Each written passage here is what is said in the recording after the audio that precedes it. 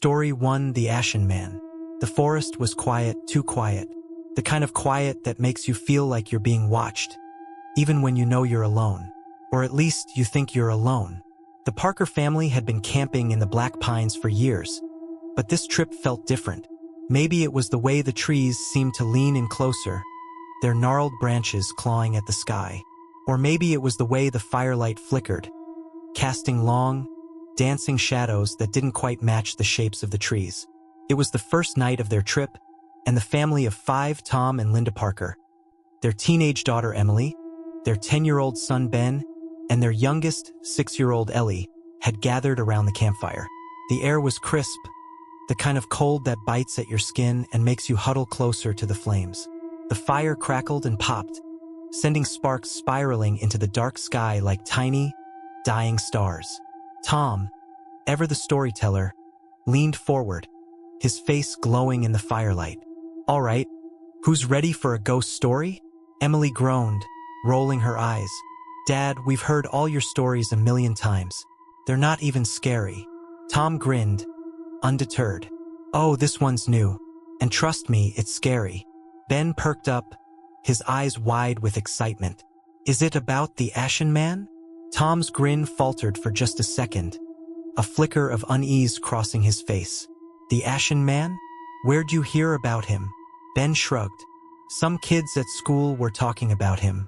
They said he's real, that he lives in these woods." Linda chuckled, shaking her head. "Kids will believe anything. Go on, Tom. Tell your story." Tom cleared his throat, his voice dropping to a low, ominous tone. "All right, so, legend has it that a long time ago, there was a man who lived in these woods. He was a loner, didn't trust anyone. One night, his cabin caught fire. No one knows how it started, but by the time the fire burned out, there was nothing left. Just ash. They say the man's spirit never left. He's still here, wandering the woods, looking for warmth. And if you see him, well, let's just say you don't want to be around when the fire goes out." Ellie, who had been unusually quiet all night, suddenly spoke up. Her voice was small, almost a whisper. "He's here." The family froze, the crackling of the fire the only sound in the heavy silence. Tom forced a laugh, trying to lighten the mood. "What's that, sweetie?" Ellie pointed to the edge of the firelight, her tiny finger trembling. "He's here." The family turned to look, but there was nothing there, just darkness. Linda reached over and ruffled Ellie's hair. "It's just your imagination, honey. Don't let your dad's story scare you." But Ellie didn't laugh. She didn't even smile. She just stared into the darkness, her eyes wide and unblinking. The night wore on, and the family tried to shake off the unease that Ellie's words had brought. They roasted marshmallows, told jokes, and sang campfire songs. But the mood had shifted. The firelight didn't feel as warm anymore, and the shadows seemed to stretch longer, reaching out like skeletal fingers. It was Emily who saw him first. She had been staring into the fire, lost in thought, when she felt it, a prickling sensation on the back of her neck, like someone was watching her. She looked up, her eyes scanning the edge of the firelight. At first, she thought it was just a trick of the light, a shadow playing tricks on her. But then she saw him. A figure standing just beyond the glow of the fire. He was tall and thin, his body made entirely of ash, his features indistinct but unmistakably human. His eyes glowed like embers, 2 burning points of light in the darkness. Emily's breath caught in her throat, her heart pounding in her chest. "Dad," she whispered, her voice trembling. Tom looked up, following her gaze. "What is it, Em?" Emily pointed, her hand shaking. "There's someone out there." The family turned to look, but the figure was gone. Tom stood up, grabbing a flashlight and shining it into the trees. "Probably just a deer or something. Don't worry about it." But Emily couldn't shake the feeling that something was wrong. She kept glancing at the edge of the firelight, her stomach twisting in knots. It wasn't long before Ben saw him too. He had been playing with a stick, poking at the fire, when he felt a cold breeze brush against his skin. He looked up, and there he was, the Ashen Man, standing just beyond the firelight, his glowing eyes fixed on Ben. Ben froze, his heart racing. He wanted to scream, to run, but he couldn't move. It was like the Ashen Man had him in some kind of trance. "Mom," Ben whispered, his voice barely audible. Linda turned to him, her brow furrowed in concern. "What's wrong, honey?" Ben pointed, his hand trembling. "He's back. Linda followed his gaze, but once again there was nothing there. She sighed, pulling Ben into a hug. "It's just your imagination, sweetie. There's nothing out there." But Ben didn't believe her. He could still feel the Ashen Man's presence, like a cold hand resting on his shoulder. As the night wore on, the sightings became more frequent. Tom saw him next, standing at the edge of the firelight, his ashen face twisted into a grotesque smile. Linda saw him too, his glowing eyes staring at her from the darkness. Even Ellie, who had been silent since her first sighting, pointed him out again, her tiny voice filled with fear. The family tried to rationalize it, to convince themselves that it was just their imaginations running wild. But deep down, they all knew the truth. The Ashen Man was real, and he was watching them. The fire began to die down, the flames flickering weakly as the wood burned to ash. The family huddled closer together, the cold creeping in as the firelight dimmed. The Ashen Man stepped closer, his glowing eyes never leaving them. He was no longer at the edge of the firelight. He was just outside it, close enough that they could see the details of his ashen face, the cracks and crevices that made up his features. Tom grabbed a log, throwing it onto the fire in a desperate attempt to keep it alive. The flames roared back to life, and the Ashen Man stepped back, his glowing eyes narrowing in anger. "We need to keep the fire going," Tom said, his voice tight with fear. "It's the only thing keeping him away." The family scrambled to gather more wood, throwing it onto the fire as fast as they could. But it wasn't enough. The fire was dying, and the Ashen Man was getting closer. Ellie was the first to go. She had been sitting closest to the edge of the firelight, her tiny body trembling with fear. The Ashen Man reached out, his ashen hand brushing against her shoulder. Ellie screamed, a high-pitched, blood-curdling sound that echoed through the trees. And then she was gone, swallowed by the darkness. Linda screamed, lunging forward to grab her daughter, but it was too late. Ellie was gone, and the Ashen Man was still there, his glowing eyes fixed on the rest of the family. The fire was almost out now, the flames reduced to a few flickering embers.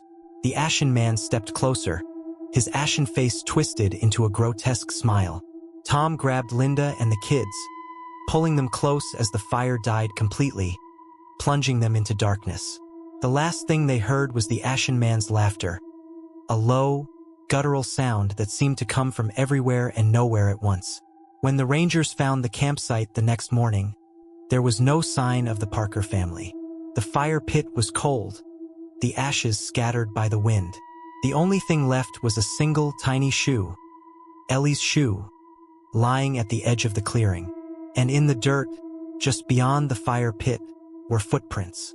Footprints made of ash. Epilogue: the legend of the Ashen Man lives on, whispered around campfires by those who dare to venture into the Black Pines. Some say he's a vengeful spirit, cursed to wander the woods for eternity. Others say he's something far worse, a creature born of fire and ash, hungry for the warmth of the living. But one thing is certain. If you see him, don't let the fire go out, because once it does, there's no escape. Story 2: The Fire That Hungers. The forest was old, older than the town that bordered it, older than the stories whispered about it. Its trees stood like sentinels, their gnarled branches clawing at the sky, and its floor was a carpet of decay, thick with the scent of moss and rot. The locals called it Black Hollow, and they didn't go there. Not after what happened in '78. But teenagers, as they often do, have a way of ignoring warnings. Especially when those warnings come from adults who just don't get it. There were 5 of them. Jake, the de facto leader with his cocky grin and a pocket knife he thought made him look tough. Mia, Jake's girlfriend, who was smarter than she let on but followed him anyway. Ryan, the joker of the group, always ready with a sarcastic comment. Sarah, the quiet one who carried a sketch pad everywhere and seemed to see things the others didn't. And Tyler, the new kid who was just trying to fit in. They'd heard the stories, of course. Everyone had. 40 years ago, a group of campers had vanished in Black Hollow. When search parties finally found them, there was nothing left but charred bones and a circle of ash. No one could explain how a fire hot enough to reduce bodies to cinders hadn't so much as singed the surrounding trees. The adults said it was a tragedy. The kids said it was a legend. Jake said it was bullshit. "Come on," he'd said, slinging his backpack over one shoulder. "It's just a story to keep people out. Probably some rich asshole's private hunting ground or something." "You really believe a bunch of campers just burned up for no reason?" Mia had hesitated. She'd heard the way her grandmother's voice dropped when she talked about Black Hollow, like saying the name too loud might summon something. But Jake had that look in his eye, the one that made it hard to say no. So she'd gone along. They all had. The first night was normal. Almost disappointingly so.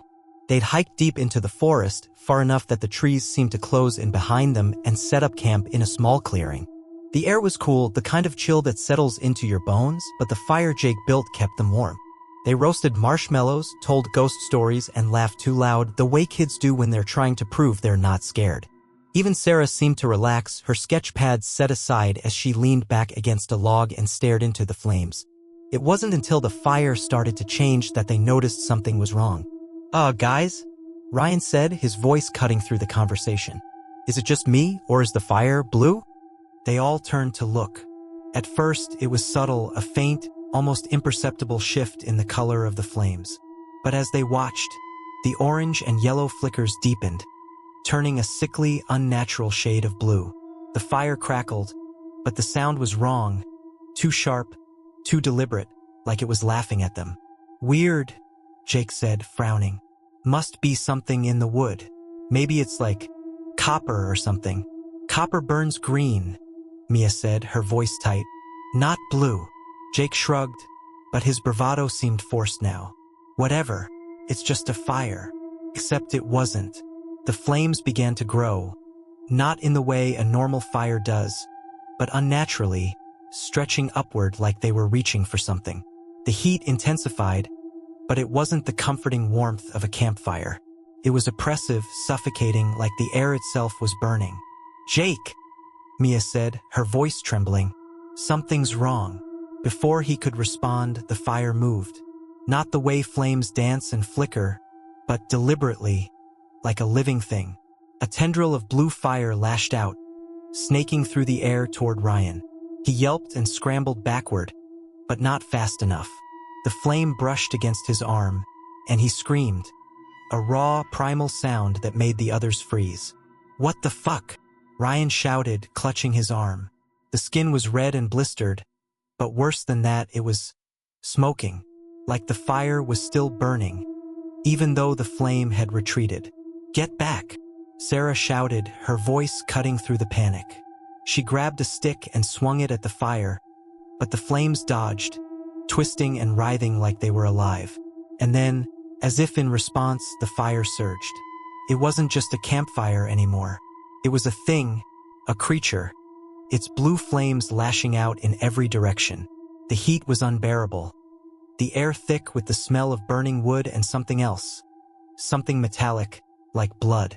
The fire didn't consume the logs they'd used to build it.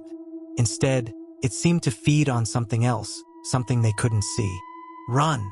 Jake shouted, but it was too late. The fire was everywhere, surrounding them, cutting off any escape. The flames reached out, not to burn, but to grab. Tyler screamed as a tendril wrapped around his leg, pulling him toward the heart of the fire. He kicked and thrashed, but the flames held on, their grip unyielding. "Help me!" he screamed, his voice high with panic. Jake lunged forward, grabbing Tyler's arm and pulling with all his strength. For a moment, it seemed like they might win. Then the fire flared, and Tyler was yanked out of Jake's grip, dragged into the inferno. His screams were cut off abruptly, and when the flames parted, there was nothing left of him but ash. The others stared, frozen in horror. The fire seemed to pulse, its blue light growing brighter, stronger. It wasn't just alive, it was hungry, and it wanted more. They tried to run, but the fire was faster. It herded them like prey, driving them deeper into the forest. The trees seemed to close in around them, their branches clawing at the sky like skeletal fingers. The air was thick with smoke and the stench of burning flesh, and the fire's laughter, because it was laughing now, a high, keening sound that made their ears bleed, echoed through the trees. "We have to keep moving," Mia shouted, her voice barely audible over the fire's roar. But they were exhausted, their lungs burning, their legs trembling with every step. And the fire was always there, just behind them, its blue flames licking at their heels. Sarah stumbled and fell, her sketch pad slipping from her hands. She reached for it, but the fire was faster. A tendril lashed out, wrapping around her wrist. She screamed as the flames crawled up her arm, burning but not consuming, like they were savoring her pain. "Sarah!" Jake shouted, turning back. He grabbed her other arm, pulling with all his strength, but the fire was too strong. It yanked her forward and Jake fell to his knees, still holding on. "Let go!" Sarah screamed, her voice raw with terror. "Jake, let go!" But he didn't. He couldn't. Not until the fire pulled her out of his grip, dragging her into its heart. Her screams echoed in his ears long after she was gone. There were 3 of them left now, Jake, Mia, and Ryan. They huddled together in a small hollow, the fire circling them like a predator toying with its prey. Ryan was badly burned, his skin blistered and blackened, and Mia's hands trembled as she tried to tend to his wounds. Jake sat apart, staring into the flames, his face pale and drawn. "We have to feed it," he said suddenly, his voice hollow. "What?" Mia asked, her voice sharp with disbelief. "The fire," Jake said, his eyes never leaving the flames. "It's alive. It's hungry. We have to feed it or it'll take us all." "Are you insane?" Ryan croaked, his voice barely audible. "It's a fire. You can't feed a fire. You saw what it did to Tyler. To Sarah. It's not just a fire. It's something else. And it wants us." Mia shook her head, tears streaming down her face. "No. There has to be another way."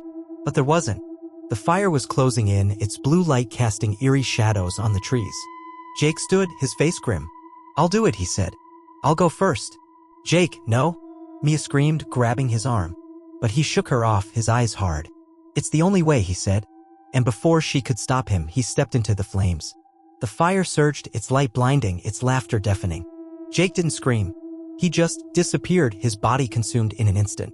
The flames seemed to grow stronger, their light brighter, their hunger sharper. Mia and Ryan stared, too shocked to move. The fire was closer now, its heat unbearable, its light blinding. And then, as if satisfied for now, it began to recede, its blue flames flickering and fading until there was nothing left but ash. They never found the bodies. The search parties combed the forest for days, but there was no trace of the teenagers. No bones, no belongings, nothing. Just a circle of ash, like the one from 40 years ago. Mia and Ryan survived, but they were never the same. Ryan's burns never healed. The skin on his arms and face twisted and scarred. Mia stopped talking, her eyes always distant, like she was seeing something no one else could. They never went back to Black Hollow. No one did. But sometimes, on quiet nights, when the wind blows just right, you can still hear it. The fire's laughter echoing through the trees. And if you're foolish enough to follow it, you might see the blue light flickering in the distance, calling you closer. Because the fire is still hungry, and it's always waiting. Story 3, The Last Storyteller. The campfire crackled and spat, its orange glow casting long, flickering shadows across the circle of wide-eyed faces. The air was thick with the smell of pine and burning wood, and the night was alive with the sounds of the forest. The chirping of crickets, the distant hoot of an owl, the rustle of leaves in the wind. But the campers weren't paying attention to any of that. They were too busy hanging on every word that came out of Sam's mouth. Sam Carter was a legend at Camp Whispering Pines. He'd been a counselor there for over a decade, and every summer, he'd gather the kids around the fire and tell them stories. Not the sanitized, kid-friendly kind you'd find in a book. No, Sam's stories were dark, twisted, and deliciously terrifying. He had a way of weaving words that made you feel like you were right there in the story, like the horrors he described were lurking just beyond the edge of the firelight. Tonight was no different. The kids, 12 of them, all between the ages of 10 and 14, sat cross-legged on the ground, their faces lit by the fire's glow. Some of them were clutching blankets or stuffed animals, their knuckles white with tension. Others were leaning forward, their eyes wide with a mix of fear and fascination. Even the other counselors, who'd heard Sam's stories 100 times before, were listening intently. "All right," Sam said, his voice low and gravelly, like the growl of a distant thunderstorm. "You've all heard the usual campfire stories, the hook-handed killer, the ghost in the outhouse, the girl with the ribbon around her neck. But tonight, I'm going to tell you a story you've never heard before. A story that's not just scary, it's real." A murmur of excitement rippled through the group. Sam waited for it to die down before continuing. "This story," he said, "is about a man named Ezekiel Crane. Ezekiel lived over 200 years ago, in a time when storytelling wasn't just entertainment. It was an art form. People would gather around the fire to hear tales of adventure, romance, and horror. And Ezekiel, well, he was the best there ever was. They said he could make you laugh, cry, or scream with just a few words. But Ezekiel had a problem. He was getting old, and he knew that one day, his stories would die with him. Sam paused, letting the words sink in. The fire crackled, sending a shower of sparks into the night sky. So Ezekiel made a deal, Sam continued. No one knows exactly how he did it, but somehow he contacted a dark entity, a being from beyond the veil. This entity promised Ezekiel that his stories would live on forever, but there was a price. Ezekiel had to bind his soul to a campfire, ensuring that his tales would never end. And so, on the night of the summer solstice, Ezekiel built a fire in the middle of the woods, spoke the words of the ritual, and disappeared. But his stories didn't. They lived on, passed down from generation to generation, whispered around campfires just like this one. The kids were spellbound, their eyes glued to Sam. Even the counselors looked uneasy. But here's the thing, Sam said, his voice dropping to a whisper. Ezekiel's fire didn't just keep his stories alive, kept him alive. They say that if you tell Ezekiel's story around a campfire, his spirit will appear in the flames. And if he likes your story, he'll take you. He'll bind your soul to the fire, just like he did. And you'll spend eternity telling stories to anyone who'll listen. A shiver ran through the group. One of the younger kids, a boy named Tommy, let out a nervous giggle, but it was quickly silenced by a glare from the others. So, Sam said, leaning back and spreading his hands, that's the story of Ezekiel Crane, the greatest storyteller who ever lived, and the price he paid to keep his stories alive. For a moment, there was silence. Then, as if on cue, the fire roared to life, its flames leaping higher than ever before. The kids screamed and scrambled backward, their eyes wide with terror. Even Sam looked startled, his usual calm demeanor slipping for just a second. But then he laughed, a deep, hearty laugh that echoed through the night. Relax, guys, he said, grinning. It's just the wind. You should have seen your faces, though. Priceless. The kids laughed nervously, their fear slowly giving way to relief.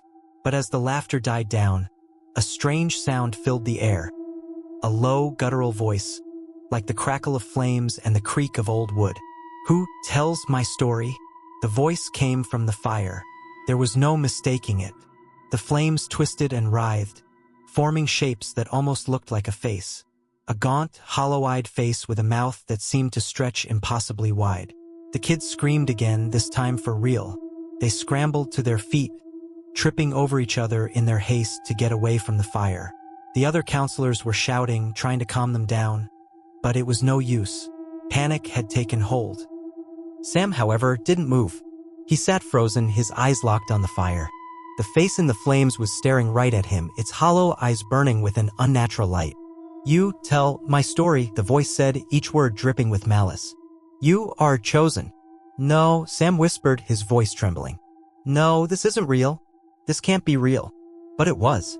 The fire surged forward, its flames reaching out like tendrils. They wrapped around Sam's arms, his legs, his chest, pulling him toward the heart of the fire. He struggled, but it was no use. The flames were impossibly strong, their grip unyielding. Help me! Sam screamed, his voice raw with terror. But the others were too scared to move. They could only watch as the fire consumed him, his screams echoing through the night. And then, just like that, it was over. The fire died down, returning to its normal size. Sam was gone.